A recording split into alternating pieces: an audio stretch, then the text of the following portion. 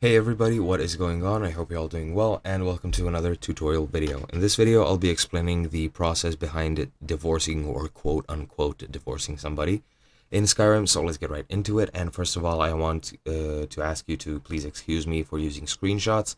I'm doing this to save space and to upload the videos more quickly. But yeah, anyway, as you can see, this screenshot is very corrupted, or I think it's just a no background screenshot, which is making my life difficult, but it doesn't matter.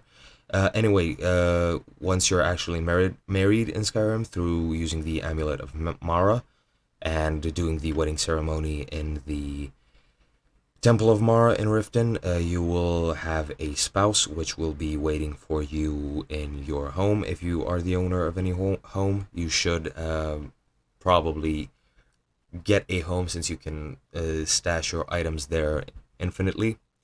And if you have the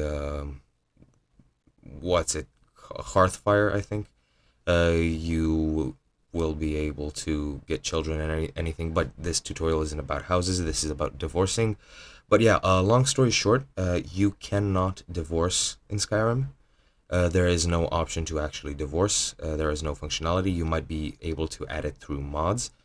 And before you guys start thinking that I misled you, there is a way to get rid of your spouse and to actually, I think, remarry, and to actually even get a bit of gold if you're married, and that is to actually kill your spouse. I think all spouses are non-essential NPCs, which means that most of them you can kill, with the examples of, I think, of Ayla and other companions, which I don't think you can even marry without mods or console commands.